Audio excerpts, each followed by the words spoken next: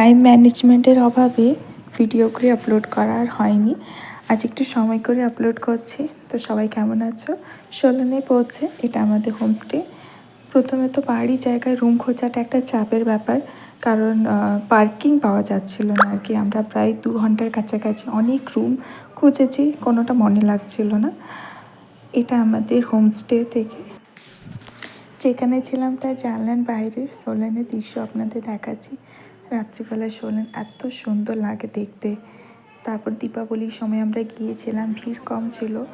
আর যেহেতু একটা ফেস্টিভ্যাল, তো এখানে লোকজন তো ছিল আর কি, কিন্তু বাইরের ট্যুরিস্টরা কেউ ছিল না। তাই আমরা খুব ভালোভাবে প্রত্যেকটা জায়গা এক্সপ্লোর করতে পেরেছি।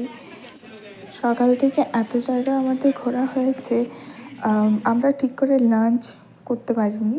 তাই বিকেলে মল রোডে একটু স্ন্যাক্স খেয়ে আবার বেরিয়ে পড়েছিলাম কিছুক্ষণ ঘোরাঘুরি করার পর ডিনারের জন্য। আমাদের রিসর্ট থেকে পাশেই ছিল রেস্টুরেন্টটি। এভারেজ সব কিছু খারাপ বলবো না, ভালো ছিল আর কি। আমরা কয়েকটা ফটো ভিডিও তুলেই আর কি বেরিয়ে গেছিলাম। বাচ্চাদের সাথে একটা প্রবলেম হচ্ছিলো, বাচ্চারা বাইরে গেলে তো খাওয়া দাওয়া পুরোপুরি স্টপ করে দেয়। আর আমরা এত বেশি পরিমাণে টায়ার্ড হয়ে পড়েছিলাম। সারাদিনের জার্নি এক্সপিরিয়েন্স খুব মনে থাকবে। ব্যাস এবার মনে হচ্ছিলো বিছানা পেলেই হলো। সকালে যে জানলার থেকে রাত্রে দৃশ্য দেখেছিলাম, আবার আপনাদের দেখাচ্ছি মর্নিং ভিউ। রাত্রেবেলা তো এত সুন্দর লাগছিল, দীপাবলি আলোয় প্রতিটা জায়গা এত সুন্দর লাগছিল। এটা হচ্ছে সকালের ভিউ। সকালে বেরিয়ে পড়েছিলাম যথারীতি ফ্রেশ হয়ে। আমরা সোলেন থেকে বেরিয়েছিলাম সোলেনে কয়েকটি জায়গা এক্সপ্লোর করব বলে। যাওয়ার পথে এক জায়গায় আমরা টি ব্রেক নিয়েছিলাম। জায়গাটা ঠিক নাম আমার মনে পড়ছিল, এটা একটা বিচের ধারে ছিল, কিন্তু জায়গাটা অসম্ভব সুন্দর ছিল। পাহাড়ের ঠিক মাঝখানে দুটো দোকান। প্রথমে তো আমরা ভেবেছিলাম হয়তো ওনারা হয়তো সেল করছেন কিছু। চাটা খুব একটা ভালো ছিল না। পরে জানতে পারলাম যে এখানে একটা হিডেন ওয়াটারফল আছে, যেটা রিভার ওয়াটারফল নামে পরিচিত। আর সত্যি বলতে আমরা খুব থ্যাঙ্কফুল যে আঙ্কালের কাছে উনি আমাদের এটা বললেন। হয়তো আমরা হয়তো পেরিয়ে যেতাম বা আমরা হয়তো এখানে দাঁড়াতাম না, এই জায়গাটা এক্সপ্লোর করতে পারতাম না, কিন্তু এখানকার ন্যাচারাল বিউটি, সে পাহাড় থেকে জল পড়ার আওয়াজ, জাস্ট হার্ট টাচিং। এত ভালো লাগছিল ওখানে থাকতে। আমরা অনেক ফটো ভিডিও শ্যুট করেছি, বাচ্চারা এনজয় করেছে। তারাও মর্নিংয়ে যেহেতু খেয়ে আর হয়নি, তাও একটু স্ন্যাক্স এসব খেয়েছে আর কি।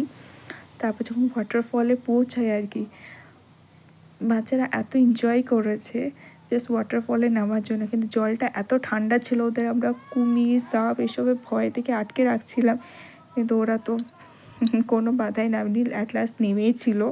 পুরো জামা কাপড় ভিজে একাকী অবস্থা, কিন্তু ওখানকার ভিউ সত্যি অসম্ভব। আপনারা একবার দেখুন, পাহাড়ে গা বেয়ে ফ্রেশ ঝর্নার জল।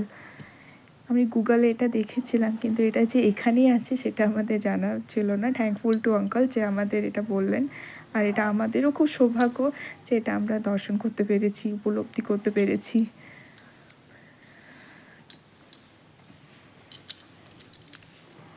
জলটা প্রচণ্ড পরিমাণে ঠান্ডা ছিল, ফ্রেশ ওয়াটার। খুব মজা করেছি আমরা এখানে।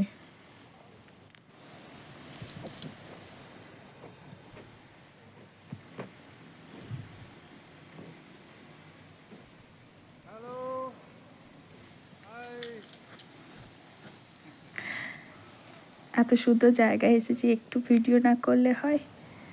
এই যে বাচ্চাগুলো জলে নেমে পেরেছে, এবার এদের পিছনে ছোটার পালা। আমার মেয়ে তো পুরো ভিজে একরাশ অবস্থা।